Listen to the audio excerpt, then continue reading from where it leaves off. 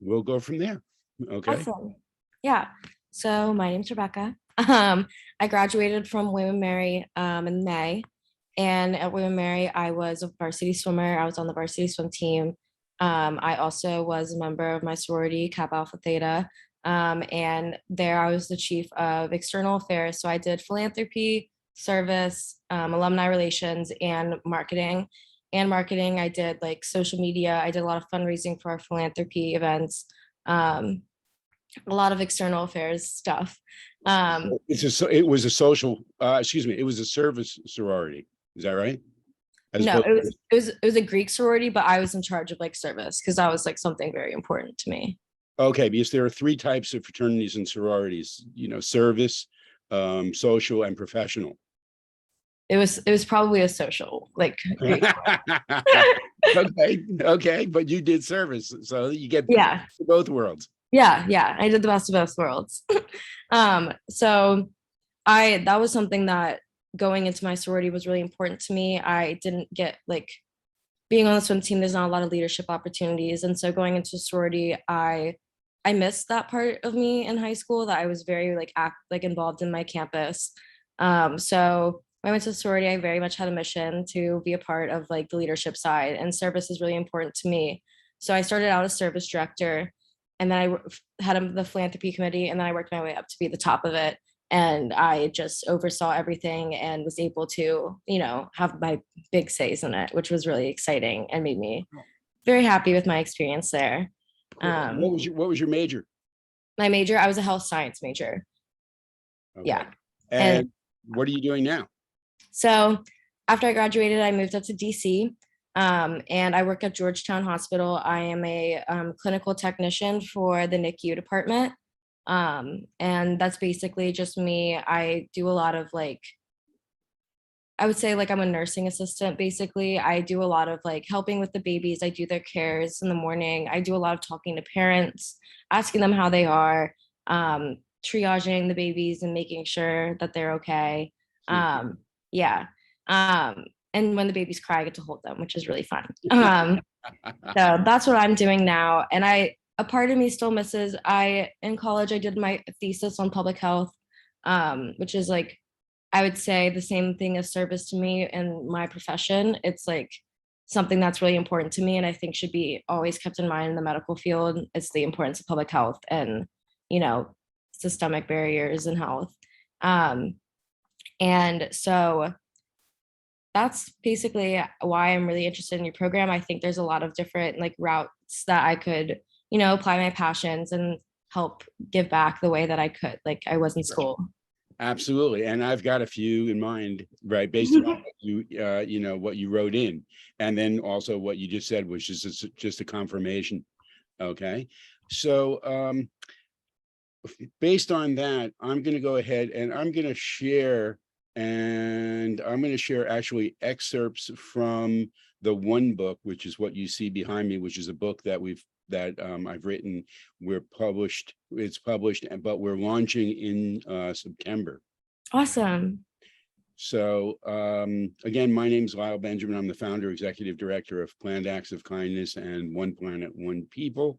And without further ado, let me just go ahead and get right into it so you understand really the mission, the scope, and also the programs that we do. And what I'd like you to think of is when I go through these, and I'm going to go through a lot and I'm going to go through them pretty quickly. Okay. And I'm going to go through pretty much what the engagement aspects are, not systems that run the programs. Okay. That's for later on, depending on what you're doing. Okay. So the thing is that what I'd like you to do is see what strikes you, see what resonates with you. Now, some things you might not realize yet until I go ahead and say them after I'm done talking. Or during the talk, I'll say, this I think applies to you specifically because of your background. So the only notes that I want you to take are either mental notes on what resonates, okay, that you can see yourself really getting excited about, because our mission is not only quality of life for everyone, but also for the people that come in. We don't want to go ahead and tell them what areas to get into. We want them to tell us what their objectives are, right? What's going to go ahead and make them excited to go ahead and be a part of it. And what we want to do is expand the impact that you believe you can make in the world exponentially. Okay. And we'll get into that as we go along. All right. Awesome. Okay, cool. So let me call some things up here. And then I'll share screen, provided everything works.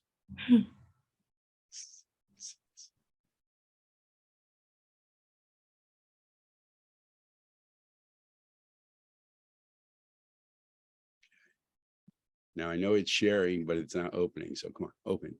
I know it's Saturday, guy. Come on, you still need to work. Okay. Yeah. So what I'm going to do is I'm going to shut down some other things just in case, because this is my laptop, not my desktop. Let's quit that too. Okay. And now look at that magic. Woo-hoo. Okay, so this is the opening to the one book, and what it says is, right, your guide to the collaborative programs and initiatives needed to help solve social, environmental, and economic issues on a local to global scale at your company, faith-based or nonprofit organization, government agency, school, network, or home. And that's exactly what this is. Okay, it's amazing. Okay, so I'm going to skip over quite a bit because the book is like 120 pages. So we're just skipping along. This tells people how they can utilize the book. Okay. And then, all the programs that we have are fully aligned with United Nations 17 Sustainable Development Goals. You might have run across these during your career, because one of them is on health. Okay. Okay. And our mission is based on collaboration between people, institutions, and countries, and built on the principles of civility, equality, education, action, inclusion, and sustainability. In other words, quality of life for all. And we are at the tipping point for humanity. This decade is going to determine quality of life for billions of people. And you can see that in the healthcare in terms of what's gone on just with the pandemic and how it's monkeypox, right? 6 months now, it's going to be something else. Okay. And the problem that we have is that we're using a fractional approach to solving global issues across the board. And it simply doesn't work. It didn't work with the pandemic. It doesn't work with inequities, whether they're health, economic, or social. It doesn't work with climate change, pollution, right? War, terrorism. So we've got to start collaborating to succeed. We've got to collaborate really to survive if we want quality of life on this planet.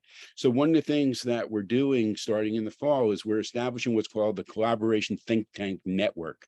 So it's on the left side. And what happens is we're inviting influencers and institutions to come into the network, choose what SDGs they're aligned with. We break them into teams. We have meetings where we go into what are the objectives that we need to accomplish? What are the problems associated with those? And here's the thing, the solutions come from 4 sources. They come from scientific, they come from business, academic, and government. And they have to be actionable. And they've got to be actionable by either the 5 groups of individuals, students, employees, owners, the unemployed, the retired, or on the institutional side, schools, faith-based, NPO, NGOs around the world, government agencies, and businesses, going from the top down to go ahead and reach the greatest number of people. Okay, but it's not only that you have the actions, you've got to have the delivery systems to get the information out to people. So that's why we have so many different things that we produce. So it's completely different than any other NPO. Because other NPOs, if you went to Columbia School for Nonprofit Management for your master's, they're going to teach you, you got to have one mission, you got to have one focus, you don't want to confuse anybody, right? So that's what you do. But the reality is they do that also for fundraising. Okay, because they feel like they're in competition with other organizations over the causes. So they've got to go ahead and get their message out, get their dollars in. And again, that perpetuates the fractional approach. Okay. So when we apply the collaboration think tank system to an area, we call it a collaboration impact area. So what we're doing in the fall is we're going out to make a tremendous impact on the US prison system. So when we go ahead and do our research, we really get into the weeds in terms of the data. So this is some data that's absolutely astounding. Okay, the United States is #1 in worldwide prison population with almost 2.2 million people. Okay, if you add up the combined populations of China and India, their populations are 10 times larger than the United States, and their combined prison population is the same. We spend $1.2 trillion annually on societal costs for those 2.2 million prisoners. The combined cost of Medicare and Medicaid, which has over 150 million people participating, is only 1.4 trillion. Think about that. That's astounding. Okay. And almost 84% of the people who are in prison, once they're let out, guess where they end up back? In prison. So the thing is, we have programs and initiatives actually starting at 4 years old in schools that we want to put into schools universally in the United States, all over the world.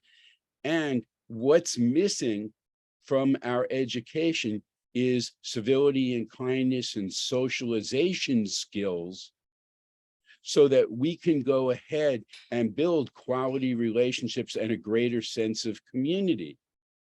Because those are the things that offer protection against difficulties that we're going to have in life, and also prevent people from going down a path where they're going to be the ones causing those difficulties. So all throughout a person's life cycle, we have now established programs that can be implemented in homes, in schools, in faith-based, in NPO, NGOs, and government agencies and businesses, all the way through, right, retirement, aging, right? And the thing is that it's designed to provide a lifelong series of supports that really improve people's quality of life.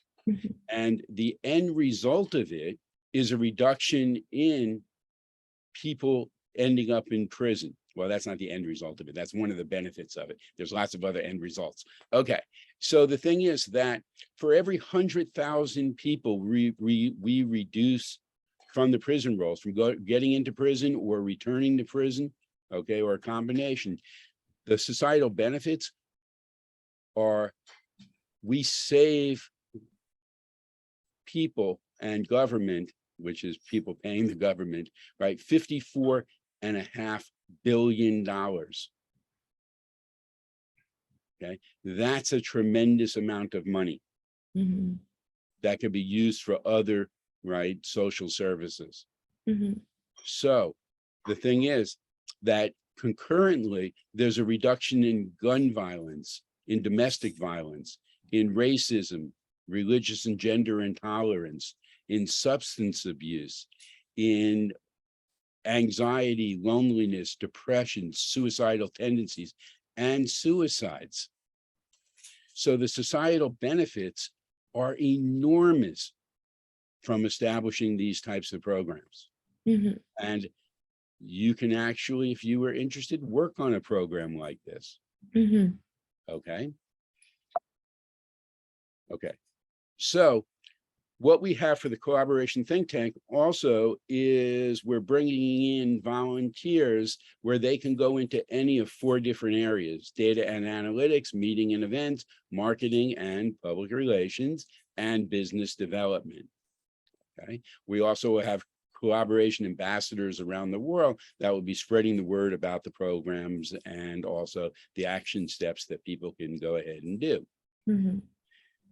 I'm going to skip over some of the other detailed stuff that gets into the weeds right now.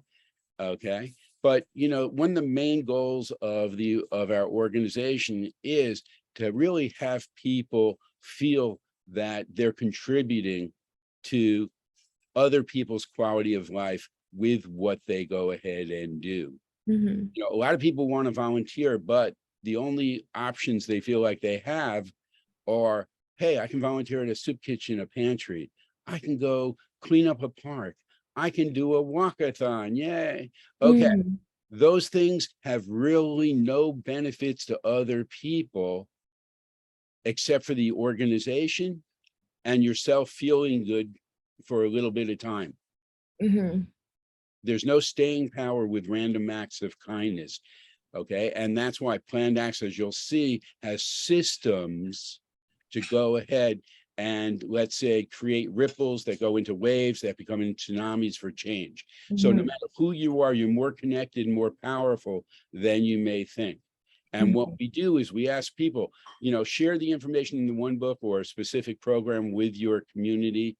There's no need to explain, right, what we do in detail. We do that. Mm-hmm. And when they collaborate, you're the hero because you made the connection. So the Mm-hmm. question you ask yourself is, who do you know? Who else can you reach? What will you share? And what's your weekly connection goal? And who do you want to be the hero for? Mm-hmm. Okay. So those are the things, right, that we ask people. And if you're involved in or interested in schools and students and whatever, we lay out all the different avenues where you can go to have an impact. You don't have to research it. If you're interested in dealing with NPO or NGOs, okay, we have all the domestic and international ways to go ahead and do that. Same with companies and franchises, right? Same with government agencies and faith-based organizations. Skip, skip, skip, skip, skip. Okay, we also have a karma constitution that governs what we do. Mm-hmm. And at the heart of planned acts of kindness is the Karma Club. Okay, and this is where I gamified karma. Karma's been around for just a few years. Okay, I figured, hey, let's turn it into a game. Okay. And the thing is that there are 4 monthly activities or achievements that you can do. And when you do those, you level up and then you're eligible for recognition and rewards. Mm-hmm. Our goal is to be in all 200 countries in 6 months after we launch, and we're giving away hundreds of gifts every single day to random people who have leveled up in the Karma Club. So the way it works is every day you wake up and there's a new planned act of kindness that you can do, and it's on your phone, your computer, your device. It's published in different places, and the goal is to have tens of millions of people in the US, hundreds of millions of people around the world doing the same planned act on the same day and unleashing that much positive, powerful energy into the world. The keys to living happier, healthier lives, not a question of how much money you make, how many drugs you take, even though the medical pharmaceutical industry might disagree, right? Or how many toys you have. It's really, as we talked about before, the quality of your relationships and your sense of community. Mm-hmm. And that's what planned acts enhances in people. Mm-hmm. Now, the problems of the world, like we talked about with climate change and pollution and the tipping point issues and the inequities, those are not going to be solved by governments or corporations alone. They're going to be solved by ordinary people like you and I working together on common causes with a common focus. And when we have large numbers in the Karma Club, we can bring them together at a moment's notice through the app, right? And get them to go and have corporations and governments hopefully do the right thing, not doing it for kids, people, and the planet. Okay, so the Karma Club and Planned Acts of Kindness play a large role as the underpinnings or foundation for a lot of programs, including what we spoke about before with the collaboration impact area and the prison system. One of the first things starting with youth is to put the planned acts of kindness into the school system for children starting as young as 4 years old. So when they have an assembly, one of the children can make what the announcement is for that day's planned act. When they have if they don't have assemblies, if they have classrooms, right, a student is designated as the one who says that day's planned act. And then the school records what the students do and then can do recognition and rewards on a monthly basis. For older kids, we have the One Planet, One People clubs, social responsibility clubs, and people come in and based on their interests, they do activities that impact other people's quality of life. So at the same time, they're developing skills as well as, social skills, they're actually making an impact. Okay? And then each club, as they develop, can have a club magazine and a video program that features the work that they do, that goes out to their community, their networks, right? So that they get a sense of, wow, this is something that, is really great. And people appreciate it, which is what people want when they're working in jobs that they don't know yet. Okay. So we have an internship mentorship program that we run with a lot of different colleges from NYU to Columbia, University of Pennsylvania, all the way to California, Florida. We're accepted by Harvard, MIT.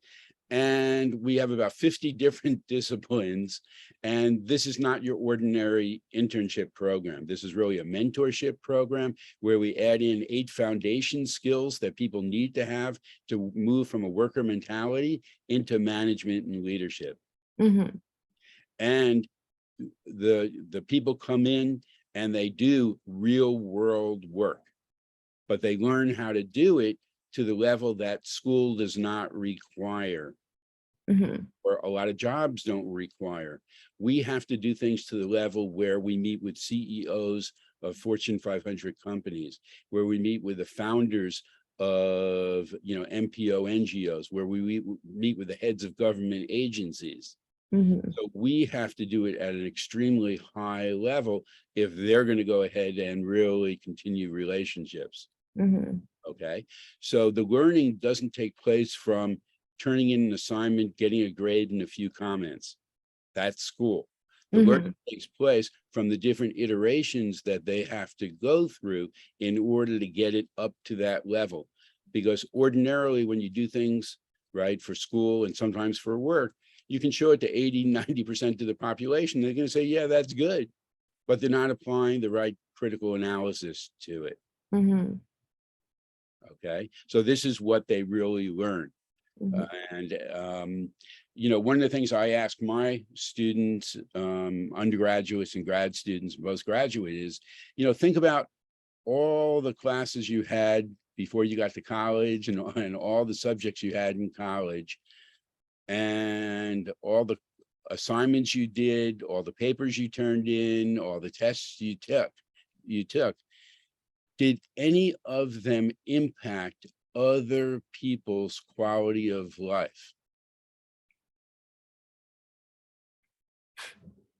And that's the answer I get. Okay, and that's a disconnect between our educational system and the real world. And one of the things that we're going to work on is changing that. Because for thousands of years, the way that people learned and became proficient at what they did was through the apprentice program, which is a hands-on learning experience. That's been done away with because even internships aren't like that. Okay. Ours is, okay, but but 9 out of 10 of the other ones, really aren't. So the thing is that this is what we hope to change also, um, in terms of how things are done, because we really as society can no longer afford to have people spend the amount of money and time that they're putting into their education and Mhm, not really getting the benefits of return, and not even having the societal benefits in mhm, return. So I'll give you a little bit about my background. I grew up in Florida. I went to University of Florida for my undergraduate. I majored in English Lit with a specialization in what's called literary criticism, where you had to analyze works of literature, and then you had to write about it. So kind of like your skills had both had to be kind of off the charts, mhm, to do well. Um, and I wanted to go to law school because I had a difficult childhood growing up with family. And I started working when I was 11 years old.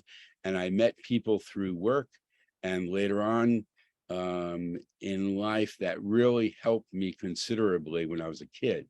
mhm, And I was thinking, even at 11 years old, okay, why are these people doing this when I've got no real connection to them, and mhm, they're adults and they're taking their time, right, to, to talk to me, to listen to me.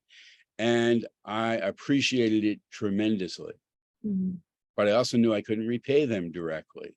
So I wanted to go into a profession to help others. So I decided, because of, various things, that I would go into law. And I went to law school, and boy, was I naive. It wasn't about helping people.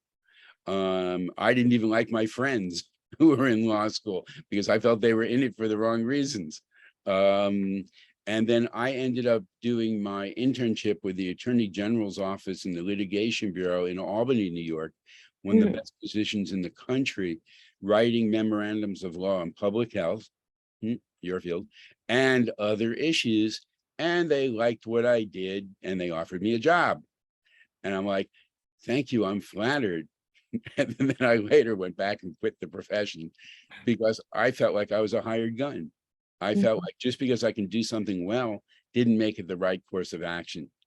Okay. And I knew that there are other ways to solve conflicts that were less costly to the parties concerned. mhm, So I decided, because of work that I did as an undergraduate, where I started the school's first literary magazine and other mhm, things, I decided to go into design, marketing, and printing.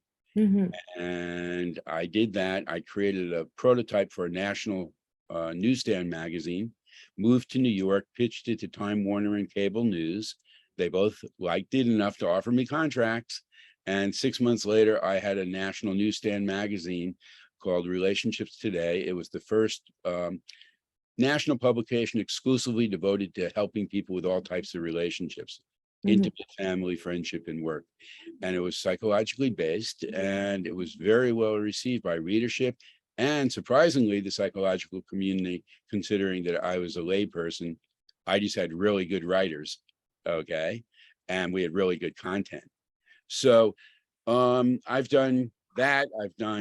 Um, I went through a game phase where I designed games, and I had a best-selling game, and I was invited by Hasbro to show content, even though they don't accept games from outside developers.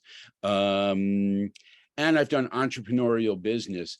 And about 10, 12 years ago, I realized that I wasn't doing my mission.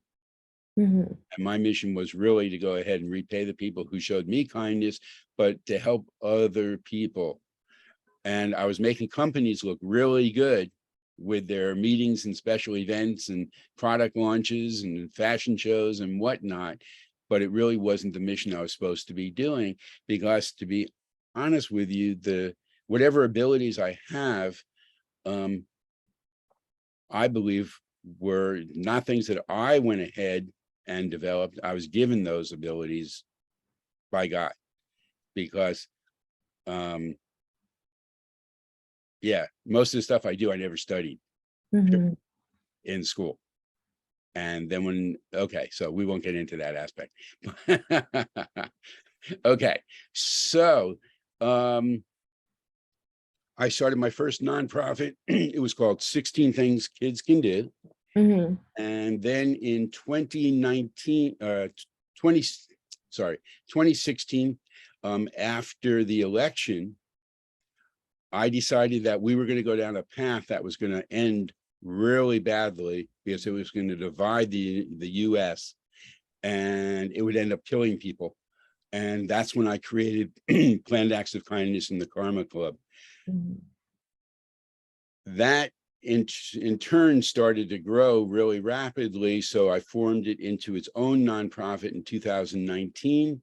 And then in 2019, I was asked to go ahead and develop a program for Earth Day, Earth Week by Simon Property Group. So I created One Planet, One People. And that grew with the number of programs that it goes ahead and has. So in 2021, I formed it as its own nonprofit. So now we have 3 nonprofits, and we were going to launch in 2020. On February 24th, I was speaking at the United Nations, and I presented them with doing a joint book on youth mental health issues. They loved it. They agreed to do it. And then 2 weeks later, UN was shut down. In March of 2020, I was supposed to speak to 109 churches from the Wesleyan Church at an Excel conference in Philadelphia, because the Wesleyan Church wanted us to do a book on family issues, everything from income inequality to domestic violence to substance abuse to education. And unfortunately, that conference was canceled. And so is the church activities for over a year. Mhm. So we had a lot of initiatives that we had planned for 2020 that sort of got pushed by the wayside. And then what happened is I developed new programs based on COVID and the new realities, right, in the world. And you're going to see some of those as we move forward. Okay. So we have career track programs. We have also programs that can go into companies in their HR for HR and management, as well as their workers, that are really quality of life programs. Everything from educational programs like the 8 foundation skills to the Pomoro system, which is a program that I developed for doing project management, to Money Matters Mastery, which is a financial literacy and planning program. Because even if you go to school for your finance, economics, or business, and you get your master's degree, all you're learning is the Wall Street way that money works. Wall Street doesn't work for 95% of the population. Wall Street works for Wall Street.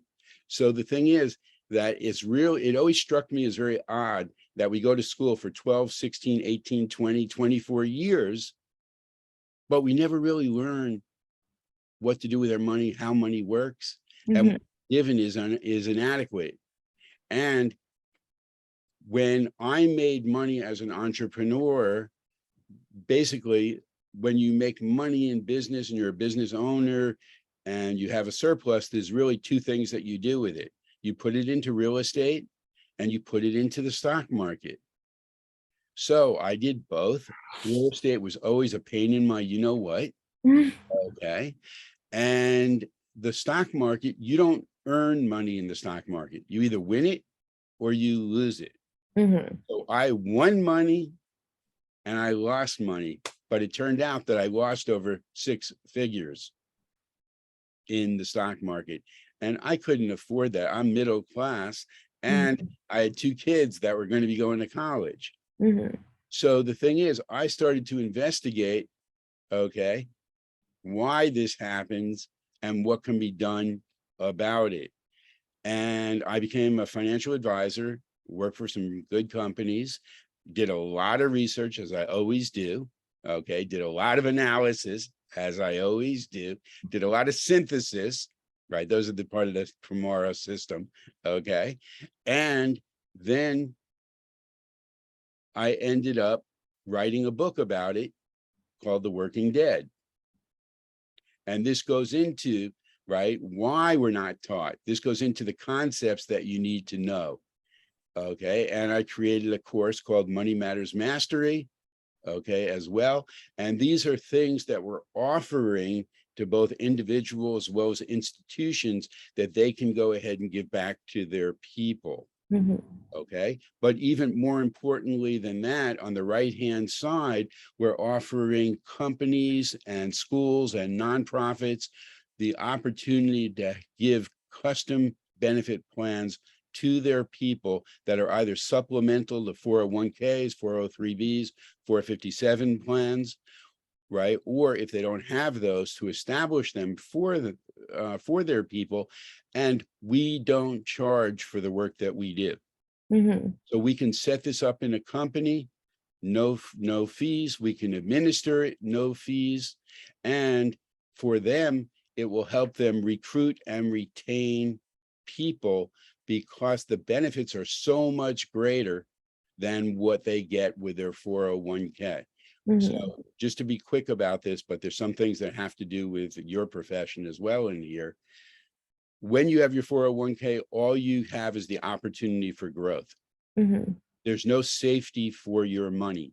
So you can go ahead and pay in every paycheck for 3 years and it can go up, up and up. But when the market has a correction where they're having more and more corrections, right, as time goes on, you can lose. And you can lose literally 50% of your portfolio.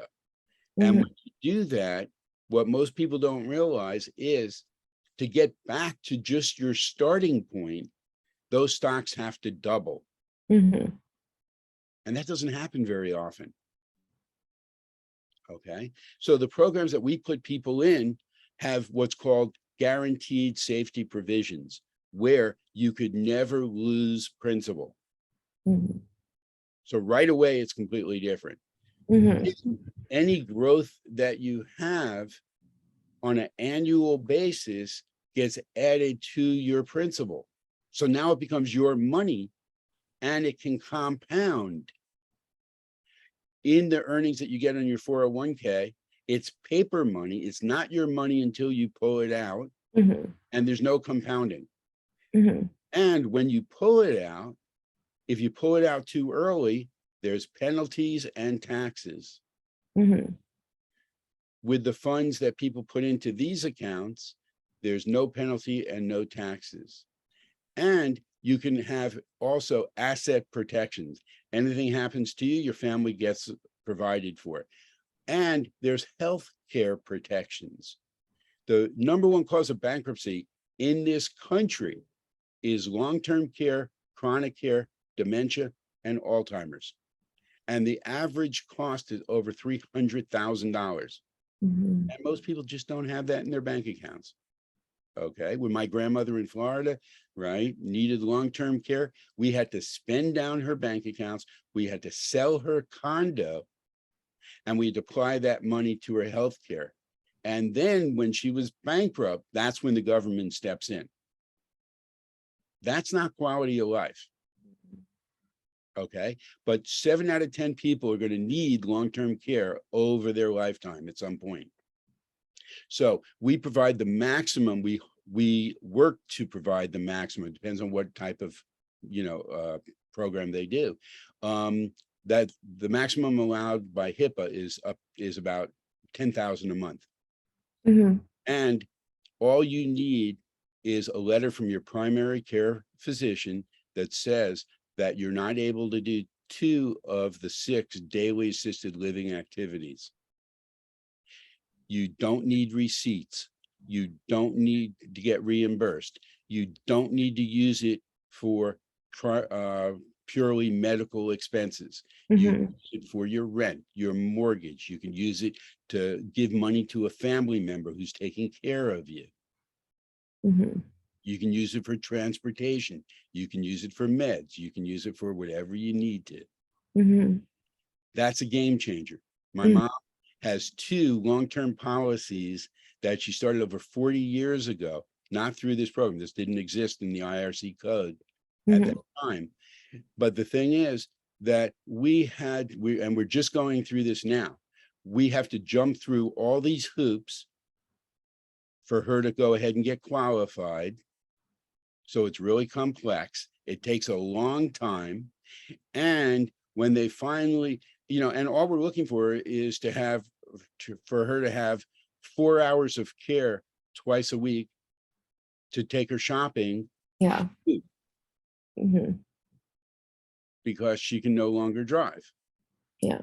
Okay. And what you have to go through, it's like literally pulling teeth, and it really shouldn't be that difficult, except they're doing it for profit. Okay. Lastly, there's tax advantage. In your benefits plan with a company, they're going to say, hey, one of it is you don't have to pay taxes now. You defer your taxes until later. That's a great thing. That's not a great thing. It's a terrible thing, because right now you're working. You can afford to pay the taxes. Okay. Later on, when this thing is grown, which is what you want it to do, right? You want it to grow. Okay. And you think that you can take $30,000 a month out to supplement your Social Security. Well, guess what? That's when it's taxed. And you have no idea what the tax rate is going to be in the future. Okay? Right now it's at a low, right? But it could be 40, 50%. Since the tax code was started in 1913, there have been 62 years when it's been over 50%. And with all the cost of the pandemic, right, the infrastructure, climate change, right, and everything else going on, right, the deficit has gone up and up. It's going in the wrong direction. Okay. And who pays for that? The poor don't pay. The rich don't pay. It's the middle class. So you're not getting that $30,000 a year. You're going to be you're lucky if you're going to be getting 15,000. So in the programs that we put people into, right, there's no taxes taken out at any age or penalties when you do take it out. Now, what we do is we utilize provisions that were written by the rich for the rich into the IRC tax code, and make them available to everyone.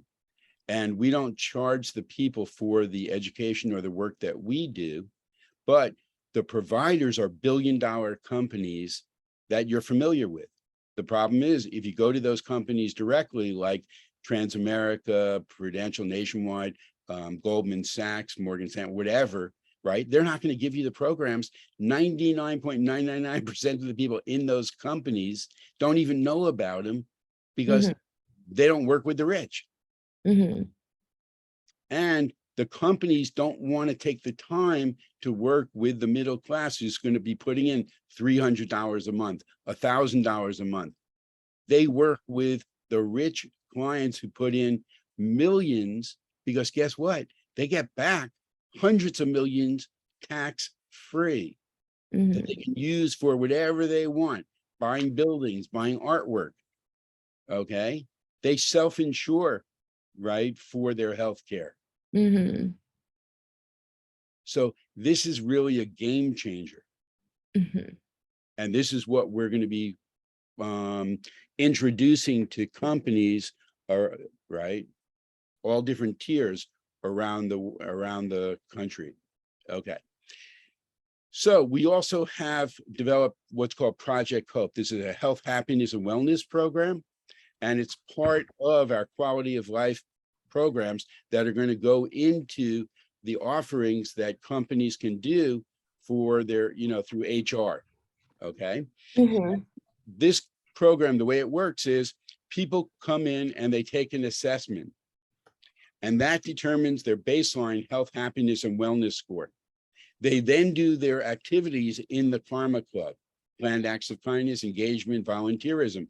And at periodic times, they retake the assessment, and then it will quantifiably show the more planned acts you do, the more volunteerism you do, the better your health, happiness, and wellness score is.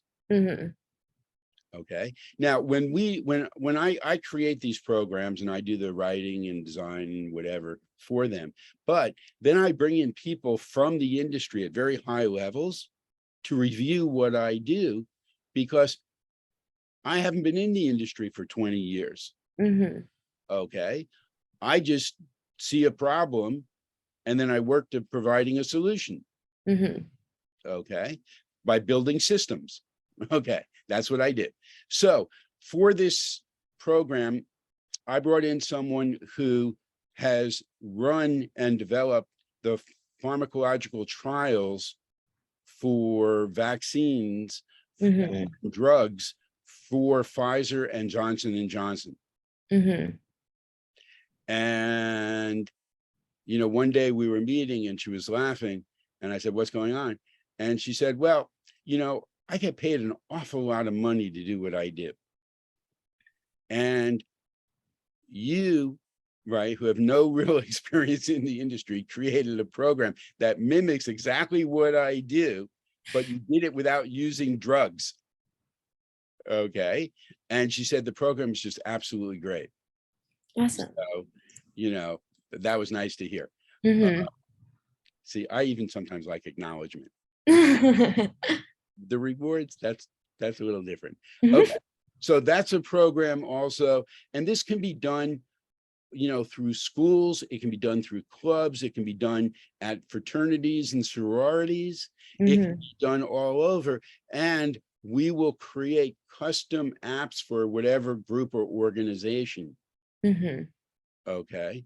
So people can go ahead and it can be branded with that, and it can go, the information's confidential, right? But the use of the program can be adapted for whatever, organization or institution. Okay.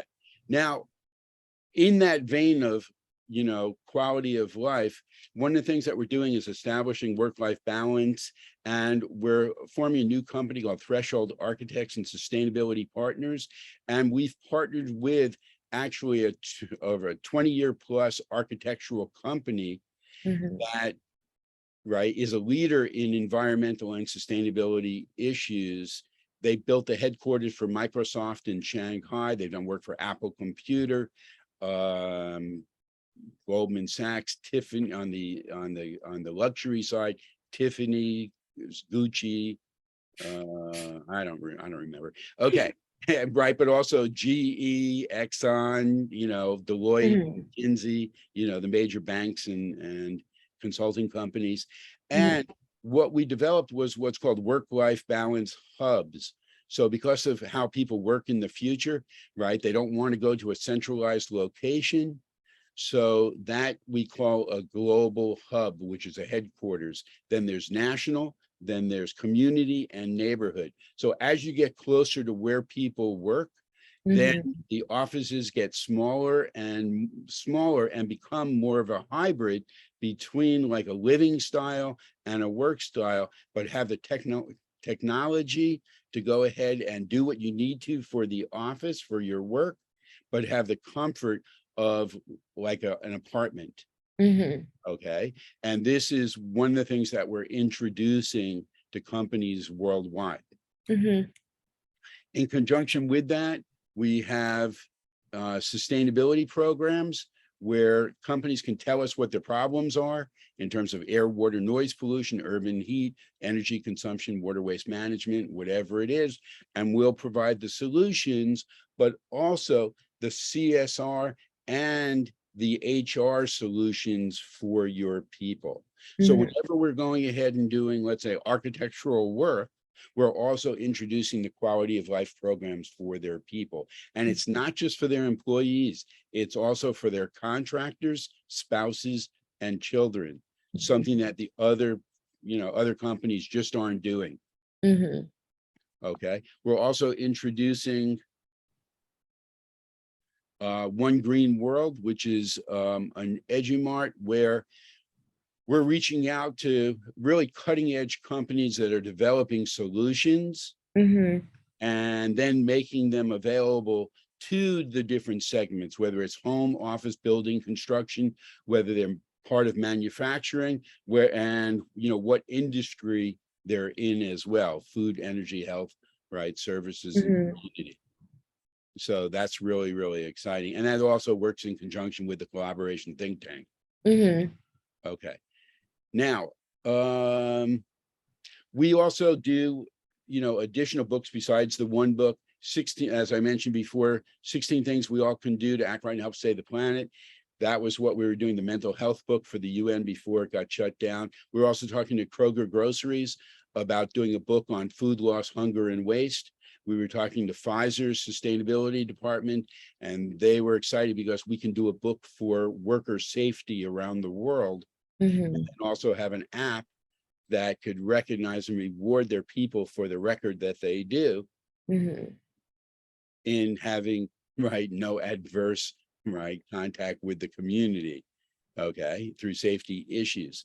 But the thing is, these books are completely customized. Mhm. So each book presents 16 problems in, let's say, a specific area, and then 2 experts per problem that say why we have to solve this and what we have to do to solve it. Mhm. And then the books form the basis of One Planet, One People workshops, where people get together, they read out loud the problems, what the experts say are the solutions, and then they have a discussion group about the issues.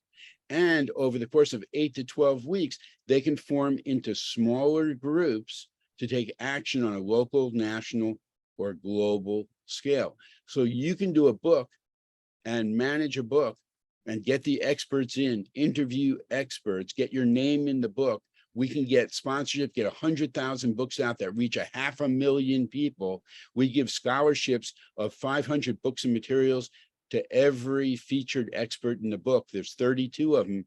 So we've got a minimum of 16,000 people going through these educational workshops, and that could go up to hundreds of thousands depending Mhm. on engagement. So the thing is, these are really, will be critical ways that we work to engage people to take action on issues. Mhm. Okay. And I'm going to explain a little bit how this might tie into your background. Okay. We're going to wrap up my display portion pretty quick. Okay. And then we'll start talking more specifically. Okay. Okay. And the books also, there's 3 different ways that they can be engaged. They can be done as fundraisers for other organizations as well. They can be done on a partnership level or on a sponsorship level. Mhm. Okay. I'm skipping over. Legacy Lifelines Memorial is a book I've written that we're introducing in the fall, and it allows people to create a keepsake that keeps the joy and the happiness of a lost loved one alive. And the goal is to get sponsors for it so that we can give away books to every family who lost a loved one due to COVID-19. Because the loss through a sudden, illness or accident is really devastating to a family. And this is a way that they can sometimes collaborate with other family members to detail and record all aspects of the person's life in terms of the positive aspects of the person's life, right? That can be passed to generations. Mhm. We're doing things like One Table, One World, which is a food program, Mhm. in order to show that, hey, right, no matter where you are in the world, right, we're all connected, right? We all can get together over food. And, we've got one planet, we got one people on that planet. There's a system for doing this. We have the SAW campaign. We want people to end meetings, whether at school or in business or in government, with a smile and a wave, Mhm. because life is difficult. Okay. We don't always take care of ourselves. The more we smile, the more we're taking care of ourselves. And if we pass that on to other people, we're helping take care of them as well. And if they turn around and pass that on during their day, that ripple effect, if we get enough ripples going, they can become waves. If we get enough waves going, they become tsunamis for change. And it all starts with you and a smile. So, this is one of the simplest things that people can do. Yet, you see people coming into meetings all the time and they're like this, and they're talking like this. Okay. Well, let's perk it up a little bit. Let's get some gratitude showing, and let's change people's behaviors and mindsets a little bit. Mhm. So that's this program. The Great Pizza Peace Plan Challenge. Okay. Right. Number one food in the world, pizza. Right. You like pizza? I do like pizza. Okay. Right. Well, the thing is that what we're going to do is get pizza companies to sponsor this and put this on their pizza boxes. So delivering peace with every pizza. Okay. And what we want people to do is to take the Plaque Kindness Pledge. I hereby make a pact to treat others with respect and kindness and to go through life from this day forward, acting towards others as I would wish to be treated myself. This is Lyle in New York for plannedacts.org and One Planet, One People. And it takes about 20 seconds to say. You record it on your phone, you submit it to us, you submit it on social media, and we put it into our world video map. And the goal is to have tens of millions of people in the US, hundreds of millions of people around the world doing this same pledge in whatever language they speak. So people can go into the world video map, drill down, and listen to people taking the pact pledge in Japanese and Chinese and Russian. And what it really shows is that no matter what country you're from, no matter what language you speak, we all really want the same things in life. We all want respect and we all want quality of life. Mhm. Okay. So our goal is to have this in all 200 countries, right? And having people engaged. And once a month, from Friday, Saturday, and Sunday, we're going to have the Great Pizza Peace Party, where people get together and they eat pizza, they share it on social media, right? They take their pact pledges, they invite people to take the pact pledges, they do other programs with us, and they share that. And this is how we go ahead and, right, really come together as one planet, one people.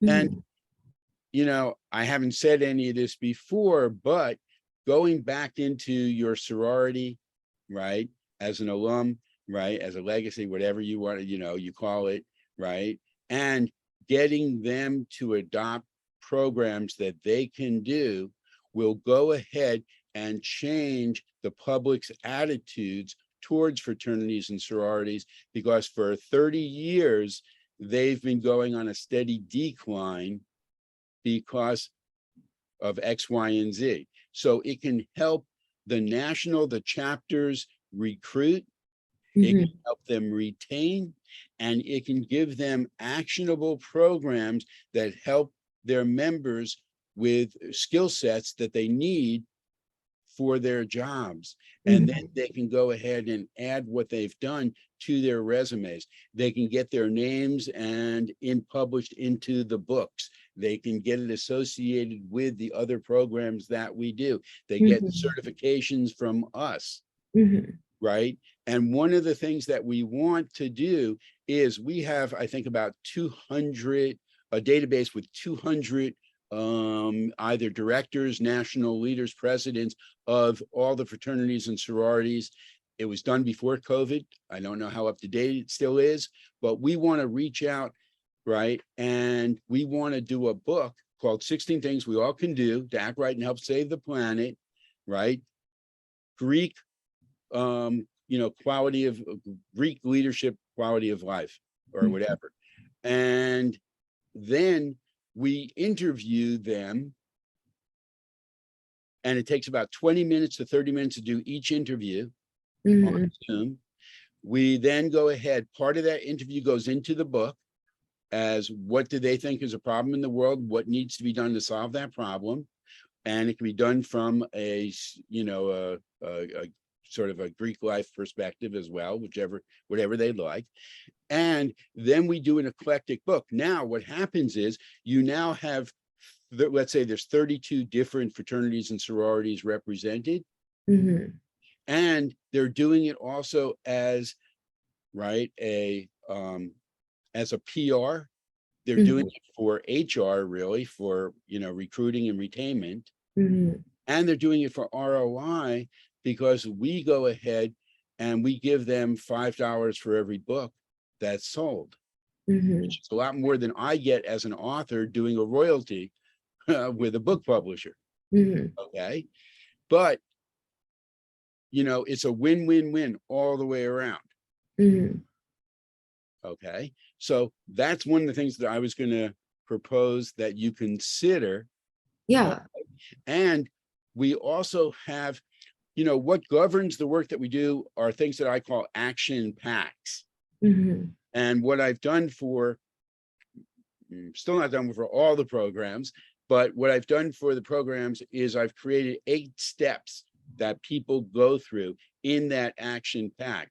And what we're doing now is we're updating our app so that when you go into the Great Pizza Peace Plan Challenge and say, I want to do this, it comes up with the information that you need to do it. Once you do the preliminary, then you can get the action pack steps. And then it asks you, do you want to build a team that you can manage and lead in order to exponentially grow your impact?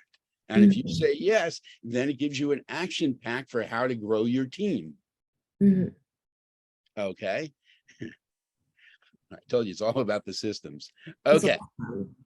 Sorry. I said that's awesome. That's really Yeah. like that's great. It's really, really cool. I'm super excited because I can't wait. It's been a long time. And I actually have long COVID. I've had it for about a year and 6 months. I have headaches 24 hours a day, 7 days a week, Mhm. and they are worse. They develop so that they're worse than migraines. I never had migraines before in my life, but from what I've read, trying to figure out how to go ahead and treat this, yeah, it's worse.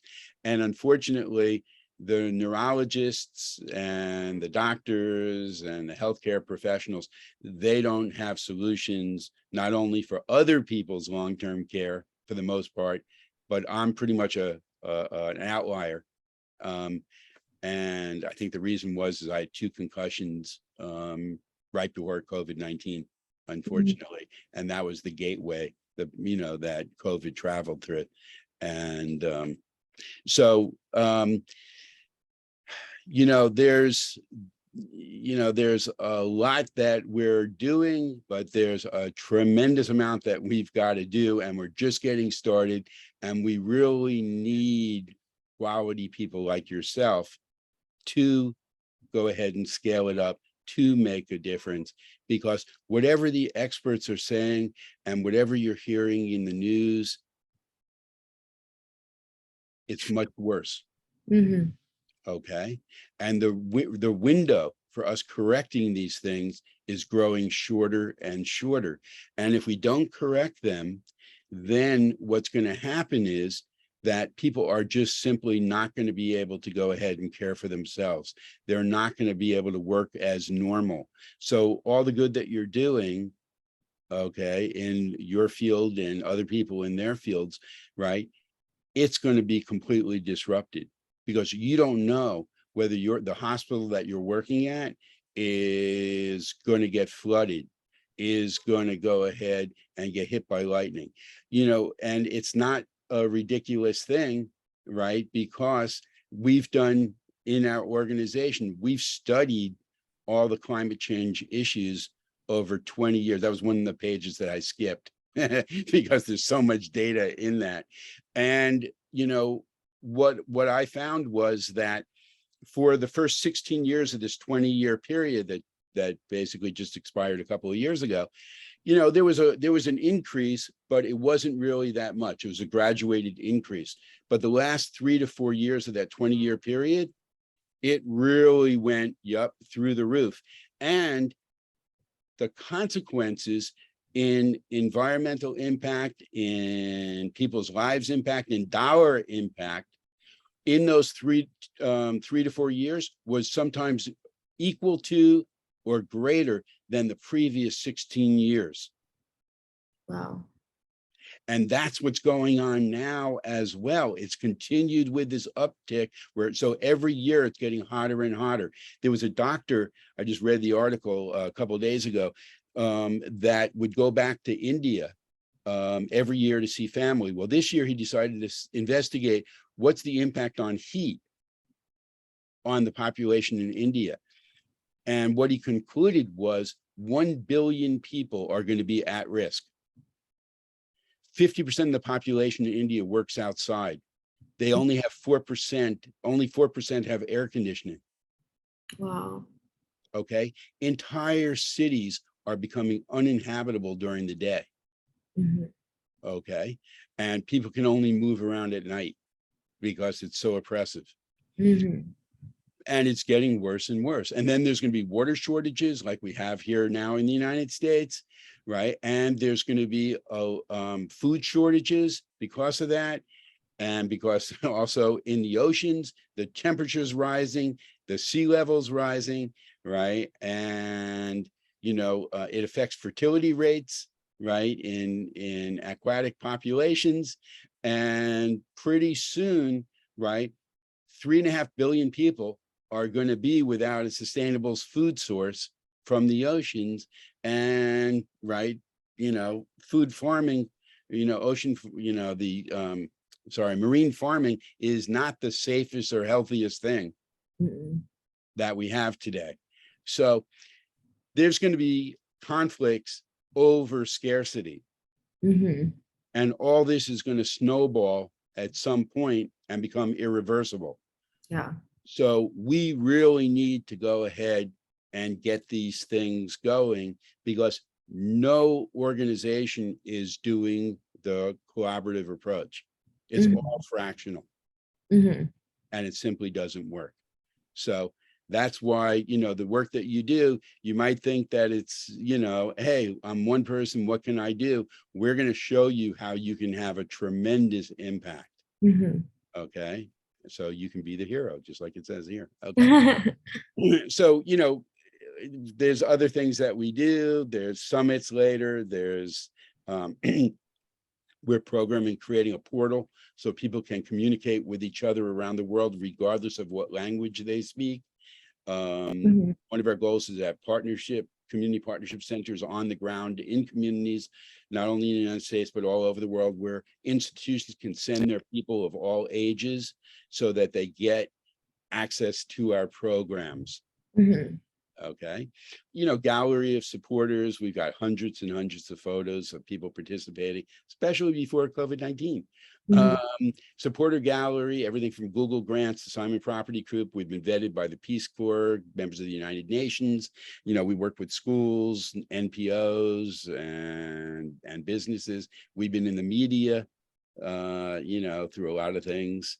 And let's see, we've got management team, we got leadership team, which is, okay, that's me playing ping pong again. And this is Alice's background in terms of the partnership company that we're doing now, Threshold Architects, where I told you some of the client list, and we're reaching out to them again in September to get them engaged also. Where the impact that we're making is literally with sometimes hopefully tens of thousands, hundreds of thousands of people through corporate and governmental contacts. So okay, so that concludes the short tour of our programs. Okay, so I understand it's a lot of information to absorb. Some people feel a little overwhelmed. And when we actually meet with organizations, I never do what I just did. Ever. Even if they ask me to, I refuse to do it. The way that we approach all of our meetings when we're talking to influencers and institutions is we start off with tell us about yourself, tell us about your company, tell us what your objectives are, what you're working on, and what are some of the problems that you want to go ahead and have solutions for. And then they share. And then based on that, I'm able to sift through all the different books, courses, programs, initiatives that we have, and then provide them with a custom solution for their issues. And that's the way that we do it. Okay. So you're one of the lucky ones. You hit the jackpot. But, if I were going to do that with you now, I would say, and the custom book with the Greek leaders. And I think I can actually show you what a cover design would look like on that. I'll search it, see if it's on this in this system. Would be one thing. Maybe a specific, if there was a specific program that you saw that you really was like, whoa, that's something I'd love to go ahead and do, share that. Getting our programs into fraternities and sororities would be unbelievably beneficial for the students, the student members, but also for the chapters and national, because of the issues that we talked about before. The other thing is that, as a varsity, you're a varsity swimmer, correct? You know what it's like to go through and the rigors that you go through. And there are sports at the universities where people get into those, not only for the joy of doing it, but because they think they're going to go into the pros. And sorry, I'm going to do this one last time. And then I promise not to do it again. You're completely fine. Okay, well, thank you. This is a page that's in the book, and it's attention, high school, college, and pros, the keys to success every student, parent, teacher, and administrator should demand. And it's really these things that, the schools need to provide for their student athletes, because, getting a scholarship is great. And there's so many that are in high school that apply to college, right, that don't get the scholarships in Division I, right? But there's still a good amount that do. But the drop off from going from there into the pros, It's huge. it's huge. It's like you can get into Harvard easier. Yeah. Okay. So the thing is that what we developed was a program that can go to the colleges and universities, and it's for them to give to the parents and the high school student athlete. And it says, if you're considering coming to our school on an athletic scholarship, there's 5 additional questions you should ask us. And then it goes through those 5 things, and they have to do with quality supplemental education that the university ordinarily wouldn't provide, but now is, because they're in partnership with our educational NPO. And also, right, financial literacy, financial planning, not only for the student athlete, but also their parents, because so many people who do finally make it to the pros, and they make their money for 3, 5, whatever years, 5 years after they retire, they're bankrupt. Yeah. Because they were taken advantage of, because they didn't put their money in the right place because of a whole host of reasons. And this offers protection against it. Now, for the ones, that, did participate, but didn't go on to the pros, like yourself, you now get supplemental educational training. You also get the opportunity to do the custom benefit program, which gives you a tremendous head start on everything from saving money to go ahead and buy a house, right? Saving money so that when you have kids, you can put them to college. But if you don't want to take the money out for them to go to college, you use it for your own retirement, because they got scholarships, because you're a smart person. Okay, and so are your kids. Okay, and how, when you get ready for retirement, you have this big nest egg that you can choose to pull out money from to supplement what you've put in and the gains that you made. And you also have, right, long-term care, chronic care protections. Yeah. So this is what we want to put into the athletic departments of colleges all over the country, and make them aware that we can help them recruit, right, student athletes at a better, right, onboarding ratio than they currently have because of our programs. And then once, right, they do that, hopefully it will spill over for the general population of the school. I agree. Okay, so that's our goal.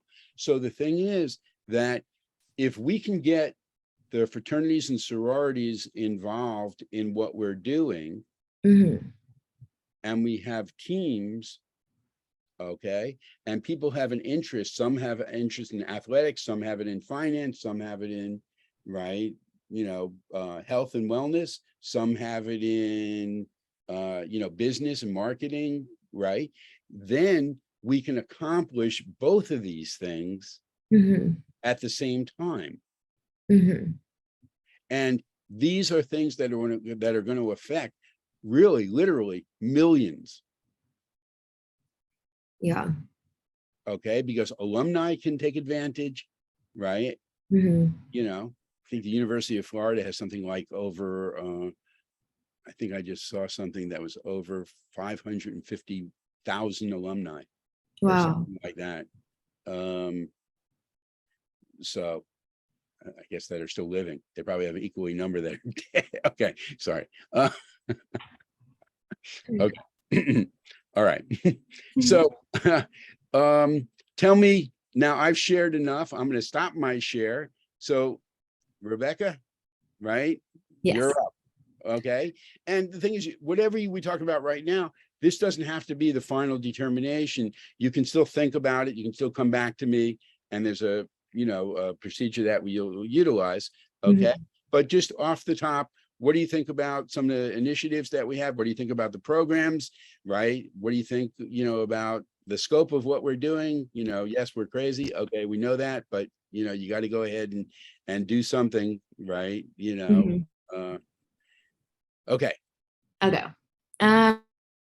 Well, first off, I think the scope and goal and objective missions, everything of your program is something that I think about a lot. I think I wave to people when I walk down the hallway at school, I wave to people at work, and especially looking back on my upbringing, I am incredibly grateful for some of the people who took a chance on me or took extra time on me to get me to where I am today. And I look back on those and I think I want to be that person that also can give back to someone, even if it's not as huge as helping them get to where they are gonna go. I would rather, if I can make their day better, I want to do that. And so I think that's really inspiring, your program, what the objectives are, and they totally align with my values and what I would like to do in my free time, my side time. Nothing would make me happier than to do this and help. And I agree, I would be totally interested in doing Greek life, athletics, and helping with that. I have a bunch of connections back at William & Mary. Sure. You can probably call together a team in just an afternoon. Yeah. And the way that we do things, just so you know, is just like I said when I talked about being the hero. You don't have to go into detail about what we're doing initially. All you have to do is make the connection. So you call up, right, whoever, and you say, hey, I don't know if you know, but because of my background and interest, I also started working with a nonprofit educational organization called, Planet Acts of Kindness and One Planet, One People. And they're doing some amazing things.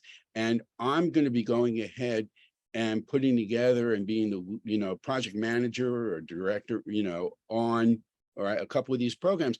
And I wanted to go ahead and set up a time where I can share with you what I'm doing so you know about it, because you might know some people that might be interested in what we're doing. So you're not necessarily asking them to commit time, money, or whatever. You're asking them for referrals. And then you add in the last part of the sentences. And of course, if you see something that you're interested in, let me know, because that might be an opportunity for us to work together as a team. Now that you can do with people that, That can be done with the vast majority of people. Now, if you have a core group that you know will follow you into the gates of hell because your intentions are good, right? Mhm. Then you just call them up and say, hey, I'm doing this. I want you to be involved, right? And Mhm. I'm going to have a Zoom meeting on it where we're going to share what we're going to do. And it's unbelievably exciting. Yeah. You're doing it with me. Okay. So, Mhm. you got two ways to go ahead and approach people. I'm definitely going to do both of them because there's some people I will call up and be like, hey, I know you remember me. I know you have me. I'll just talk to my coach and be like, I'm going to talk to the team this day, send out my Zoom, and I'll see everybody on there. And he'll be like, okay. And then like with my sorority, I literally can call the president and just be like, hey, I'm doing this right now. And I think that this would be really good for the sorority and really important. Like it aligns with our values. And like, you don't have to put me with the entire sorority, but you can put me with the service director, the program directors, and like, because I know them too. And that makes me really excited because I really do think that there are people that I know that would be more than willing to like implement this program and like want to make it better. Yeah. And then as a corollary to all this, we, for the first time, are setting up income and career opportunities for people with our organization, where based on their performance and what they do, they earn, but they don't earn like from a normal nonprofit. Yeah. Because we're not a normal nonprofit. Okay. Everything that we do is really designed to help people. So my title in terms of what I do, I'm an author, educator, and social responsibility entrepreneur. So when I create a benefits package for the people who are actually helping the organization grow, okay, because now we're at the point where we've got the programs, they're across the board where they need to be, because you can't launch it in one area and say that you're successful, because something else is going to come along and wipe out everything that you've done. That's the problem with what's going on in the world. Okay, so we've got to push back on all these things, because otherwise it's like a big long water balloon. You push it in an area and you solve it, and it pops up in another area, and you're back to square one. So that would be absolutely tremendous. And who knows, down the road, right? You might decide, hey, this is, a way for me to impact a heck of a lot more people. Right. Yeah. And we're looking for people like you who, through their performance and their engagement, they decide that they want a different career. Now, a lot of times it's people who have already been through, the workforce for a long time. And then they said, you know what, I've done this, I've done that. Now I really want to do something to help other people. Sometimes it's, I've done this, that, I've never gotten really acknowledged properly for it, rewarded properly for it. Right? And I still want to help people, so I'll come in. So it's a combination of different ways. But the thing is that it's incredibly important to us that we add in really good people. And it's not a question of people's skills. That's not the biggest consideration. Okay. For us, the biggest considerations are characteristics and behaviors that people have. And there's 5 of them. Okay. I like the number 5 and I like the number 16. So you'll hear. Okay. So the thing is, the first is you got to have desire to be aligned with an organization like ourselves. Okay. If you're doing things just because you want to increase your skill level or put it on your resume because you want to go ahead and get a job or get, more money from your job, it may not be a good fit. Okay. Secondly, you got to have determination, because even though you might have studied something in school, you might be a professional, we have developed systems and approaches that are really optimal to do it with that highest level. Okay. So it's easy to do the things you know how to do. It's hard to do the things you don't know how to do. And you've got to stick with it and understand that sometimes the feedback that you get to improve what you're doing. The only way it's personal is because we want you to be the best you can be. Mm-hmm. That's why it's personal. But other than that, right, it's just to go ahead and have the best result for the people that we're in service to. Mm-hmm. Okay. So, and okay, I can give you lots of stories, but I won't. Okay. So the next thing is you got to have that willingness to learn.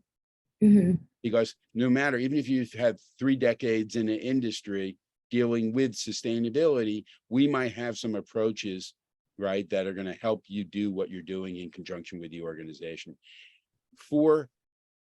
It's not education for education's sake, it's education for action's sake. Mm-hmm. So I went to law school, I took contracts. I didn't learn to write a contract until I was out of law school. To me, that's not a good system. No. Okay, so everything that you do with our organization is action oriented. The goal is to go ahead and do outreach, engagement, inspiration, right, education, and have those people take action as well. Okay. And then lastly, you've got to make the commitment to put in the time and the energy necessary to have the success that you say you want to have.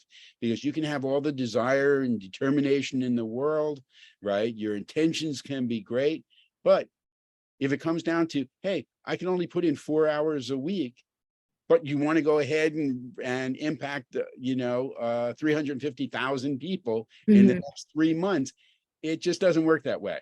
No. Okay. So you got to be realistic about, what your commitment is. Okay. So do those things make sense to you and you have those qualities? Yes. Which I know you do. Okay, great. Well, I shouldn't have even asked that, but I had to. Okay. No. It's okay. So the next steps in terms of what we do is I'm also going to give you, and you have it in the email, my direct number, which is the 917 number. And the way that we communicate is not by email. That is the worst form of communication devised, right? I'd rather have people send me carrier pigeons with no than getting emails. So the thing is that when my people want to get in touch with me, they text me. Okay. And then either we jump on a Zoom meeting or we do a phone call.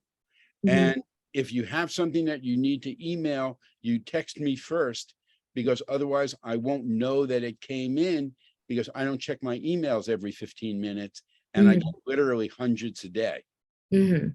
Okay. And you'll get a Google folder with your name on it, where all your work goes into that Google folder. You're going to get exposure to the Primoros project management system. Okay. That, we teach. Okay. You'll get, whether you like it or not, coaching in the 8 foundation skills: communication, business, marketing, management, office technology, research, problem solving, and time management. Okay. Because these are the skills that you need to have working together to really move into high level management and leadership roles. The people who do work, really well, whether it's programming, graphic design, whatever, those people are workers. Okay. To get into management and leadership, you need completely different skill sets. And the skill sets to be successful there, you might not be the best programmer in the company. Matter of fact, I can guarantee that you're not going to be the best programmer in the company. Okay. But you have familiarity with that, and you know how to go ahead and talk to coworkers properly, management properly. You understand company objectives, right? And be able to go ahead and take action and motivate people to go ahead and get the results that the company wants. And that comes from, right, the other skills. Okay, I'm done. All right. So,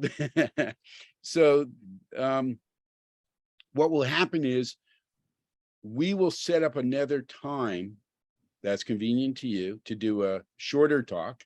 Okay. You got all the stuff.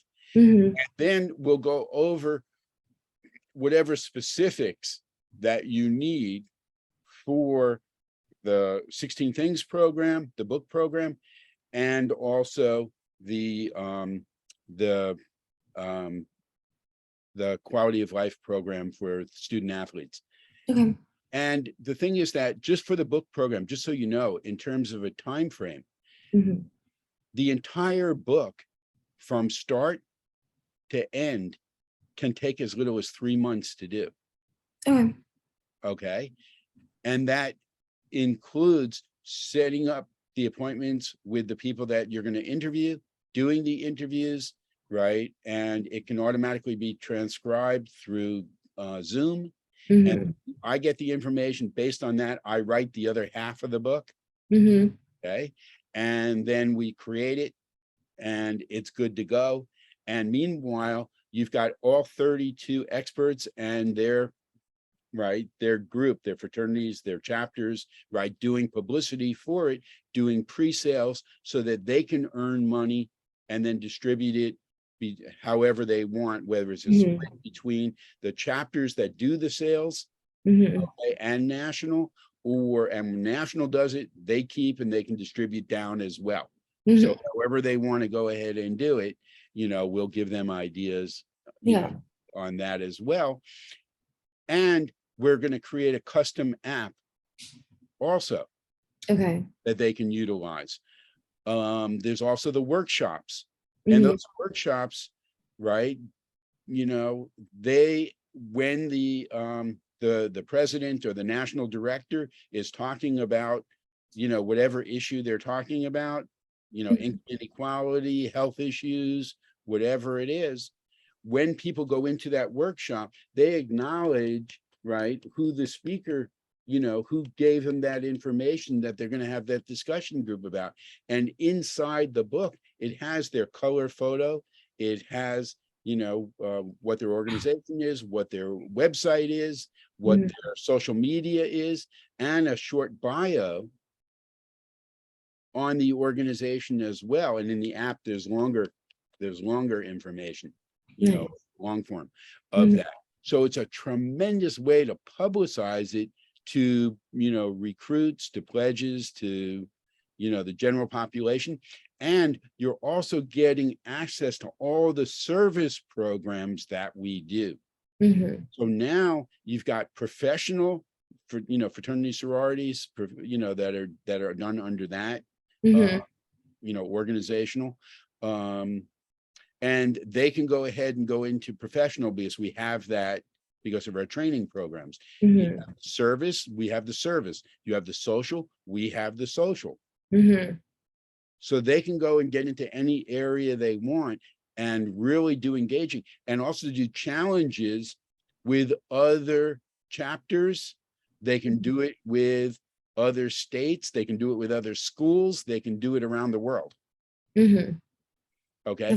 This is endless in terms of the benefits and, that can accrue from this. Mhm. I'm excited. Okay, cool. Any questions on anything that I went over so far? No, I'm just thinking. So after everything, we'll text. I'll text you so you can have my number, and Yes. we can discuss the next time in meeting. And I guess in between that time frame, I was already thinking I would just like keep going through the book, coming up with more ideas, getting kind of like contacts together for you. Well, And what I'll do is I will send you, the next step is actually we send you our volunteer profile. So okay. you fill out your volunteer profile. And then from that, we'll also get you the action pack for the 16 Things book, Okay. and the action pack for team building. Okay. Okay. And I will send you, well, actually, I'm going to put it into a folder and send you a link to the folder. So you don't have to keep, it's all organized. But then also I'll send you a sample of what can go to the schools that outline the program for the student athletes. Okay. So you can look that over. And Rebecca, anything that you see that you think needs to be changed, corrected, improved, right? You always speak up. Okay. Okay. So it works, both ways as well.